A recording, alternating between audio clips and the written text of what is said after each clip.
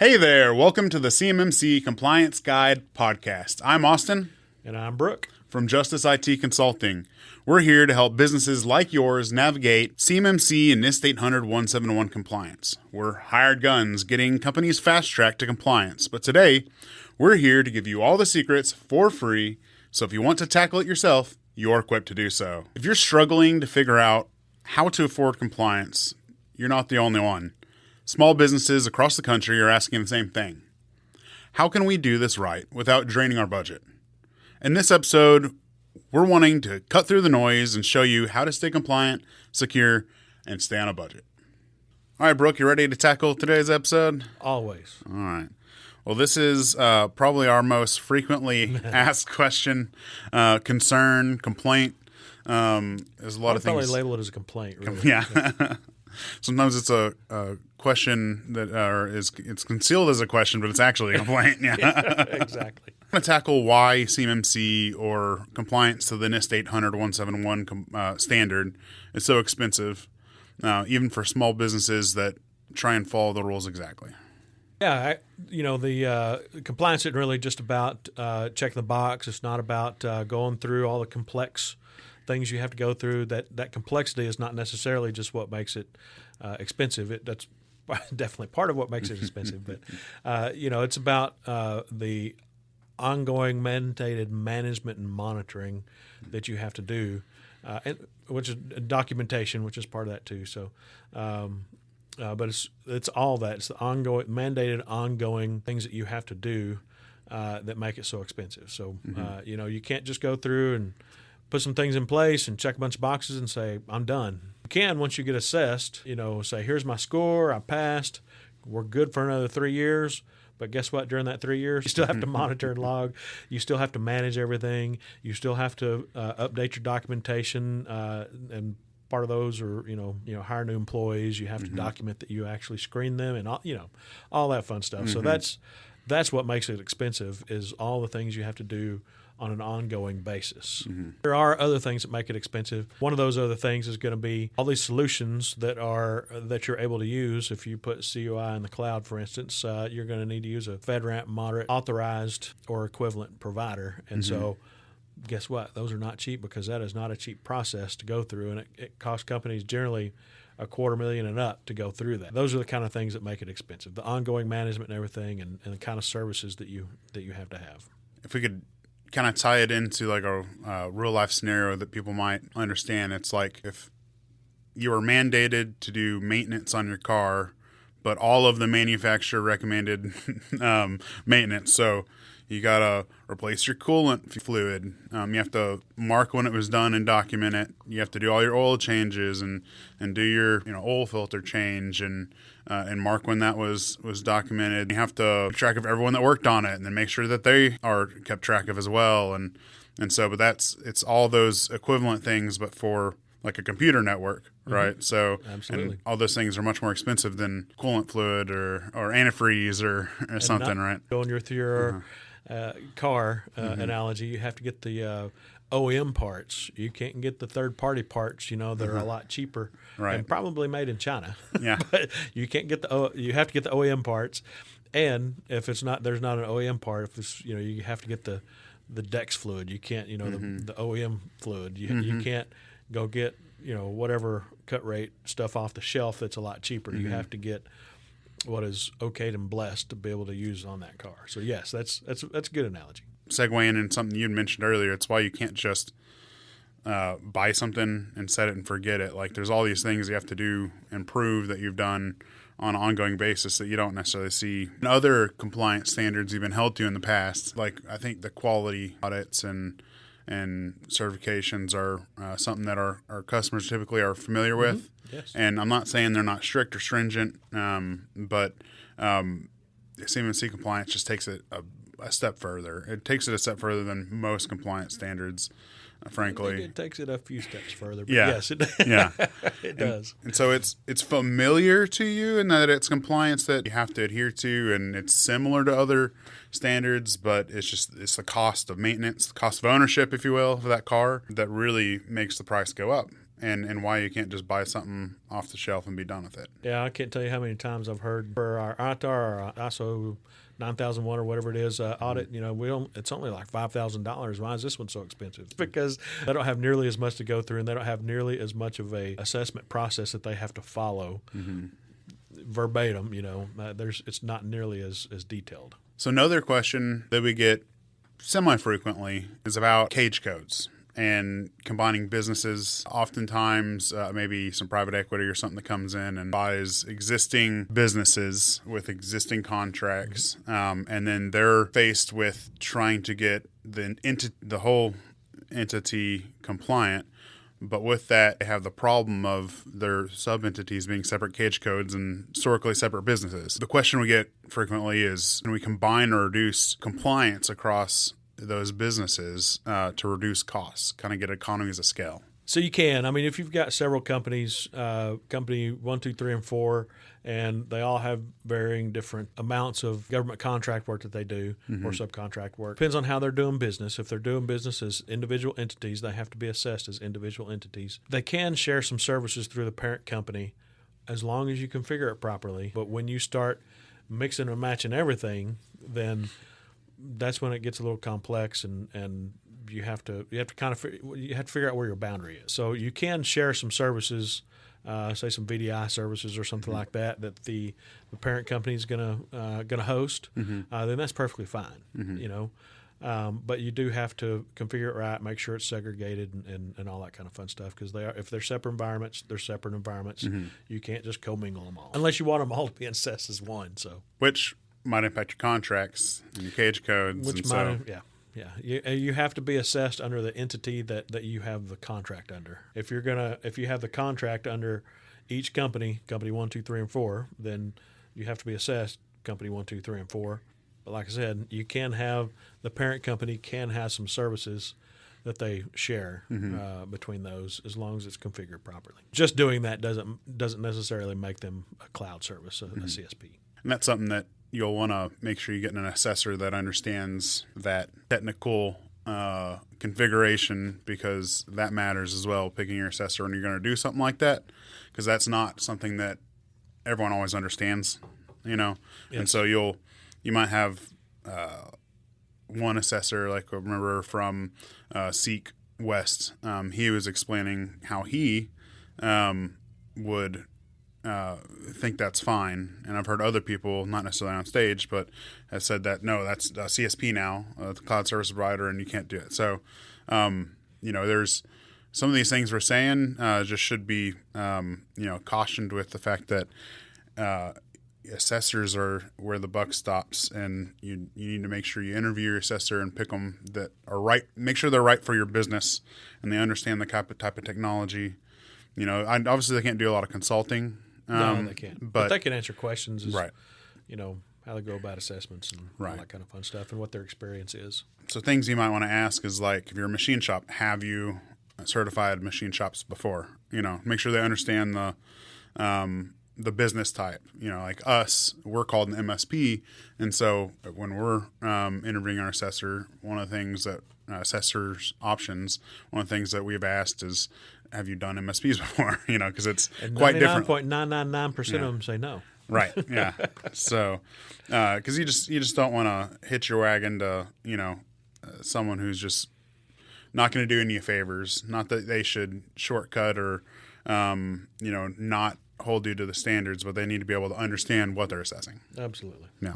So something we've addressed in the past is that the NIST standard, NIST 800-171, is kind of written start from scratch, a network. And so especially if we're working with a customer or a potential customer that is pretty read in and spent a lot of time in their view, unfortunately, kind of dissecting and trying to understand this compliance. Right. They ask, is it just easier to start with a new network from scratch and go that route, just build everything from the ground up to make it compliant, and then just kind of put people in that compliant network fresh, or can you use your existing computer network that you have 30 years of technical drawings and cobwebs and who knows what else in there, and can you make that compliant which is smarter to do? You do both, or is there, what would you suggest, and how would you approach that?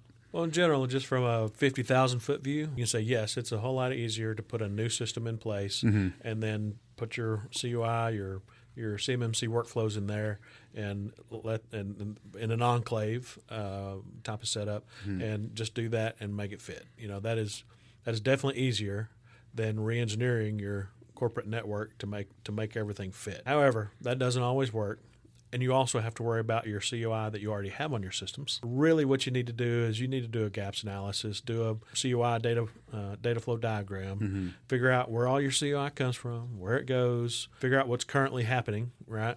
And like we said before, make sure you bring in people, talk to that are actually performing the jobs, because you may think they're doing it one way and they may say, well, this is the way we do it. And you're like, oh, really? I didn't realize that. You don't want to create a workflow or be based on a workflow that's inaccurate. Once you understand how everything's currently working and what kind of data you have, and you have a gaps analysis to know where you are and where you need to go, then you can look and say, is it smart and it usually is, but in some manner, it's always smart to redo that data flow diagram and say, all right, this is where we want it to go. And maybe it's not a complete new Enclave. Maybe you're making your current network work for this. A lot of time, if you can make an Enclave work, an Enclave really is the way to go. That's really hard for a lot of people to wrap their minds around.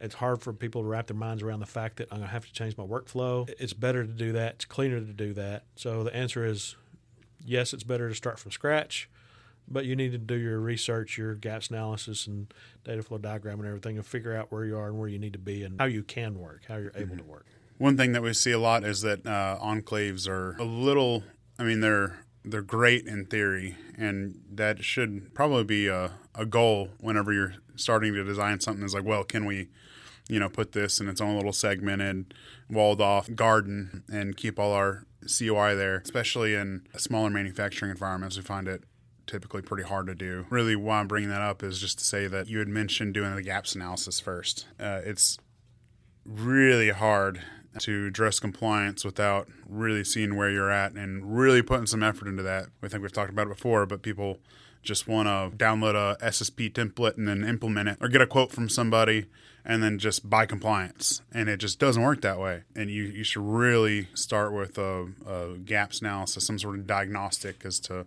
figure out where the heck you are. And truth be told is whatever preconceived notions you have is probably wrong, especially when you bring those people in, unless you're just Superman and you run your own business and know every single part of it, which I don't think there's a lot of those out there. You probably have someone doing some function, for you, and spoiler alert, that they're probably not doing the job the way that you thought they were, not that they're doing it wrong, but that they have some workflow that they're doing to get their job done on a daily basis that really affects your COI and your compliance. If you buy something off the shelf and just buy compliance, you won't know that necessarily until the assessor comes in, and then you get failed.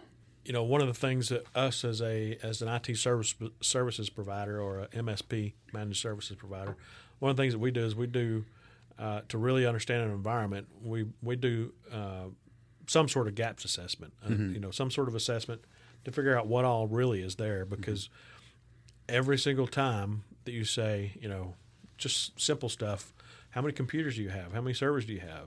What kind of cloud services do you have? And they'll tell you, and it's not their fault. I'm not saying they're dumb or misleading or anything, but they're always wrong. They're always there's something they're missing. They've got more computers than they think they do. They've got, they forgot about the CAD workstations that they have, or they forgot, of course, I don't know how you could forget about that. But, there's always something in that environment that they didn't take into consideration. And they, so that's why you have to do a really good detailed gaps analysis, gaps assessment.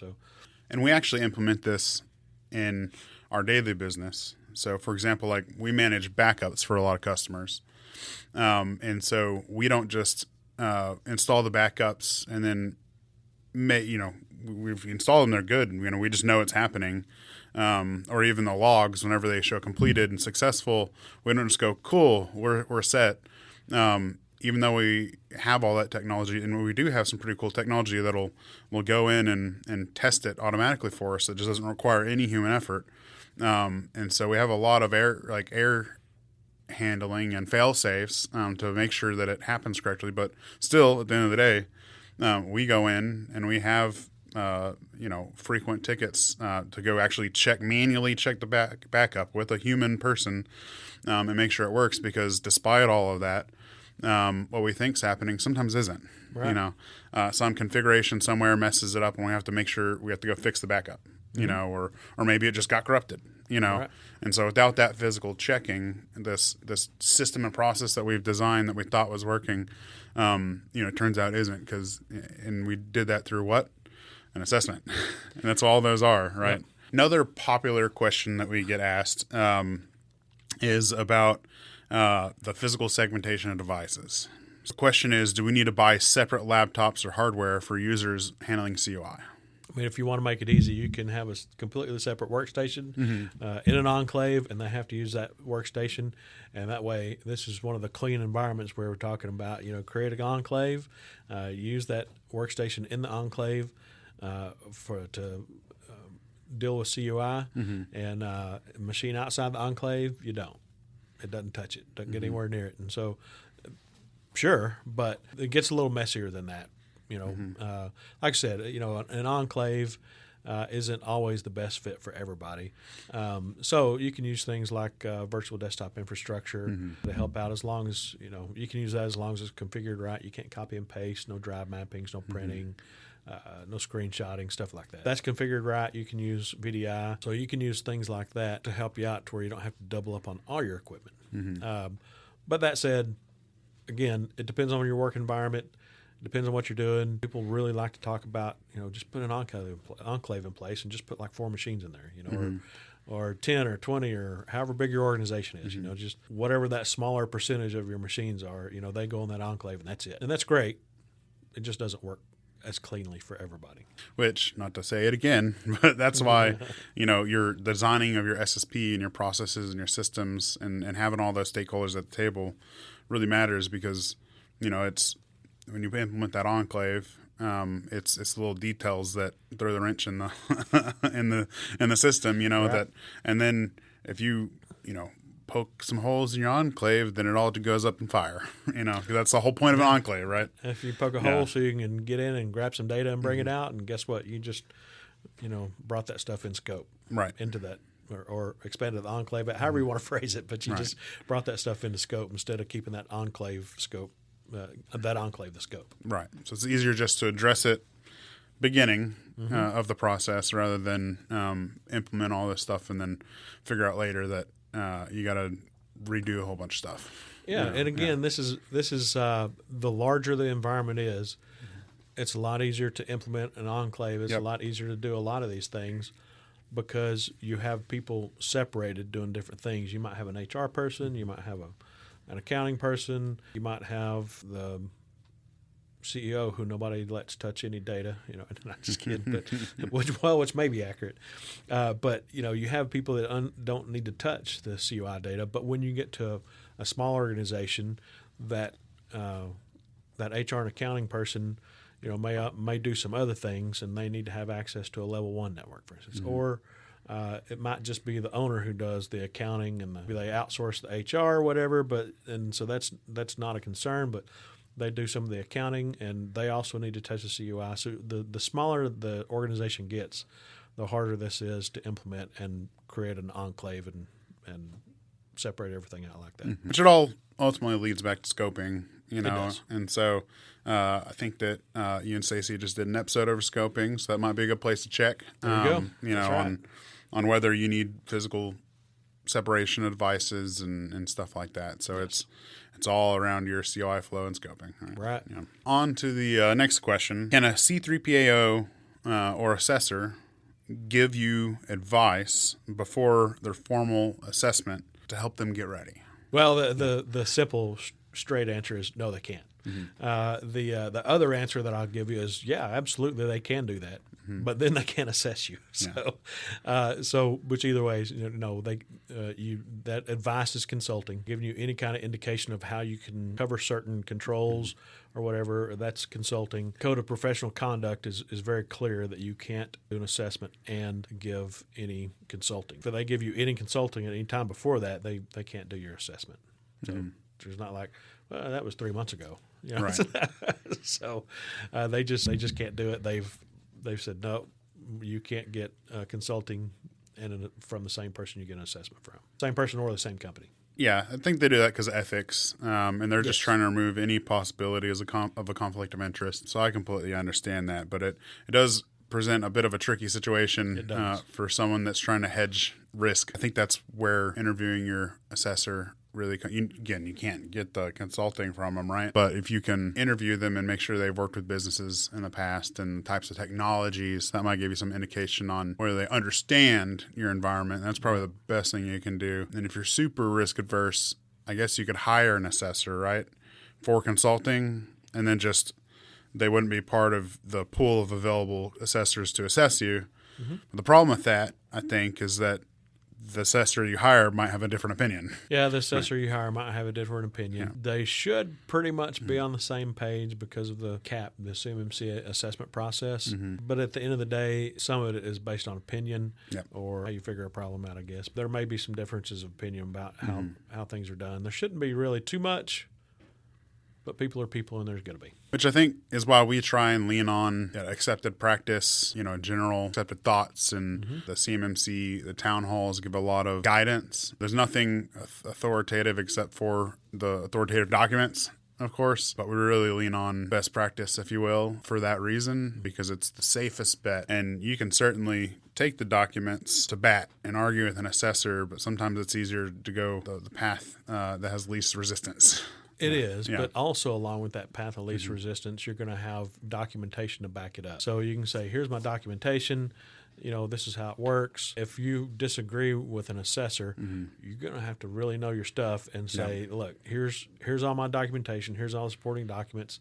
It's based on NIST 800-171 and all the other reference documents in CMMC and all the reference documents that apply here. You could reference something, good standards like CIS or something like that. But, if it's not government backed and approved and in reference to NIST 800-171 and CMMC, then don't depend on it. It's got to be in those sets of documents. It can't be something outside of that. Even if it's a better idea and more secure, it doesn't matter. Okay, I might not have been honest earlier when I said the most popular question we get asked is... Well, it's kind of hard because there's a few questions that always come up. So it's like, which one was really, Go ahead, sorry. No, you're good, yeah. So it's not usually why is it so expensive? That's the second question after the first one, which is how much does it cost? How expensive is it? Right. So how much is it? No, you're asking me. Okay. Well, the answer is it depends. But really, you got to start at the beginning, just like we've said several times. You got to start with a gaps assessment and figure out where you're at. And 'cause if you don't do a gaps assessment and then the other things that go along with that data flow diagram, you can guess, but you have no real clue where you're at. Generally, a lot of people will do a gaps assessment and work on your SSP and your POAM, your policies, and kind of bundle that because they all kind of go together.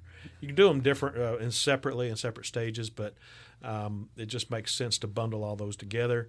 They always lead to the other, so you're not really saving any money by just doing it piecemeal. No, not really. You're going to have to spend the money anyway. You're going to have to do it anyway. So generally, that's going to start somewhere, $15,000 to $25,000 or so, depending on the complexity of the environment, how many sites you have. You kind of start with that gaps assessment and SSP and POAM to figure out where you're at. Then after that, you've got your POAM, and so you know what you're lacking and what needs to be worked on.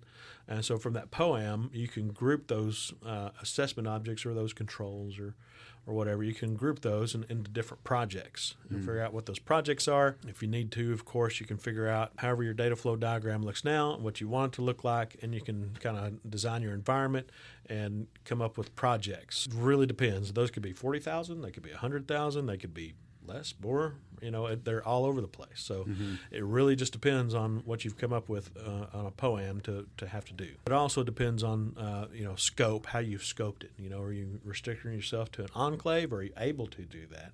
You may not be able to do that. You encompassing more of your network. What is your scope? What does that look like? So it depends on a lot of stuff. But so it's really hard to say what the projects are going to be for any particular size company. And I would say if somebody comes and gives you a quote, here's your quote. This is we'll put this in place, and you can use that, and you'll be compliant. That's great, but does it really fit what you need? And is it really going to accomplish everything? Is there going to be any? You're liable for any of the data spillage, any of the CUI leakage, I guess I should say. So is it really going to fit? Is it really going to work for you? So you got to take that into consideration. Then there comes the ongoing, after you've got everything implemented, or actually probably during that time, you've got ongoing management costs. And it is a more complex environment. You have somebody internal to manage all that, or bring somebody on board to help with that, or bring somebody on board to do that. One of those three options. It has to be managed. We've talked about that a little earlier. That's part of that's how this is all built out. It's ongoing management of the system that you create. The cost for the ongoing management, I'd like to tell you how much it would cost, but that's a big secret. I'm just kidding. It's not a big secret. It's just there's a huge range. But think thousands, don't think hundreds. Yep. Think thousands, ongoing monthly, right? That it'll be thousands whether you bring somebody on to do it internally or whether you hire somebody in to do it. And if you're a smaller environment, it's almost always going to be less expensive to help you do it. They can do as much as they can for you, but there's always things that you have to do for this compliance. Then after that comes what you're really looking for, and what you're really looking for is the assessment. You want to get that level 2 assessment certification and say, I've got it, it's right here, give me some contracts. So that's what you're looking for.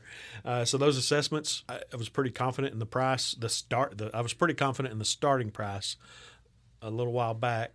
Now I'm a little less confident. It was somewhere between 40 and 60, erring on the side of caution and saying $60,000 for the assessment every 3 years. So once every 3 years, you'd have to spend that much. But that was the floor of where it would start. For a simple organization, it would start there.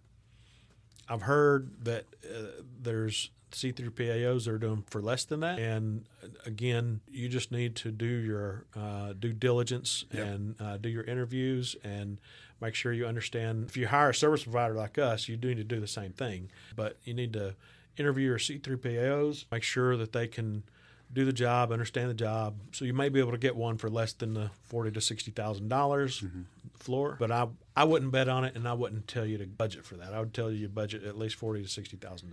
Along with that assessment, what you're going to have to remember is that if you outsource any of it, or if you insource all of it, there's going to be it's either time or money or both, and time is money. So even if it's time on your side, you're going to have to spend somewhere close to that, $30,000 to $40,000 to $50,000, $60,000. It's very dependent on complexity and a whole lot of other things. But you're going to have to spend quite a few $1,000s prepping and make sure you have everything in order, making sure you have all your proof ready, because you really want to be ready for that assessment when it comes. You don't want to have to be gathering things, and figuring out where they're at. Hey, I need screenshots of this, I need that. Oh, we need to update this document. You don't want to be doing that at the last minute. You want to have all that ready. So there's going to be some project costs, either internally or externally with your service provider, helping out with that, prepping for that assessment. So if I hear it right, you basically have 4 categories of costs. Paperwork to get started, and then you have the project that is a result of the paperwork, all your to-do items, and then third, you've got kind of the cost of ownership to go with the car theme we're talking about here, the maintenance, ongoing costs to stay compliant. And then fourth, you have the assessment-related costs, which is going to be labor internally or externally to prep your body of evidence and everything for the assessor, and then the assessor costs. Yes. Yeah. Okay. Absolutely. If I'm a listener and I'm on a budget and I'm listening right now, what are my key takeaways from this episode? Expect some real effort. Compliance takes time. It takes documentation. It takes a lot of effort to do all these things. It takes ongoing management. So expect some real effort to go into this, even for small teams. And really for small teams, it's going to seem like such a huge burden because you're a small team. If you can, start fresh. New Enclave environment, if you can at all. Really the best way to go if you can. It's faster. It'll be a little cheaper. Be cleaner because you're not trying to clean up in 30 years of an existing network. Make sure you scope smartly. Make sure that you only include what needs to be included. We've talked about this before. Don't overscope. Only scope in what needs to be scoped in, and which is what we're talking about, the Enclave, right? Mm-hmm. If you can create that Enclave, make that your scope, then do that. Make sure you try really hard to keep that scope as small as possible. You could also implement virtual desktop infrastructure. Smaller shops have a heavier burden than larger shops. I mean, larger shops have more complexity and more stuff, but smaller shops, it's hard to do all this and not run the cost up. So if you say cost per capita, it's going to be a lot higher for small shops than it is for larger. I can tell you that. Mm-hmm. But if you can do virtual desktop infrastructure or VDI, that's a way to help out and configure it properly.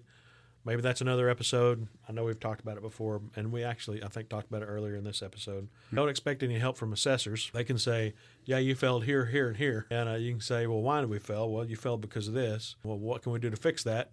They're going to go, I don't know. They probably do know, or they have some idea, but they can't tell you. That crosses over into consulting. You need to also take into consideration the full life cycle, all 4 stages that you were talking about a while ago, all the way from doing a proper, good, full gaps analysis all the way through assessment. If you have any questions about what we covered, please feel free to reach out to us. We are here to help fast-track your compliance journey. You can text, email, or call us, and we'll answer your questions for free here on the podcast. Find our contact information at CMMCComplianceGuide.com. Stay tuned for our next episode. Until then, stay compliant and stay secure. Like, subscribe, and share.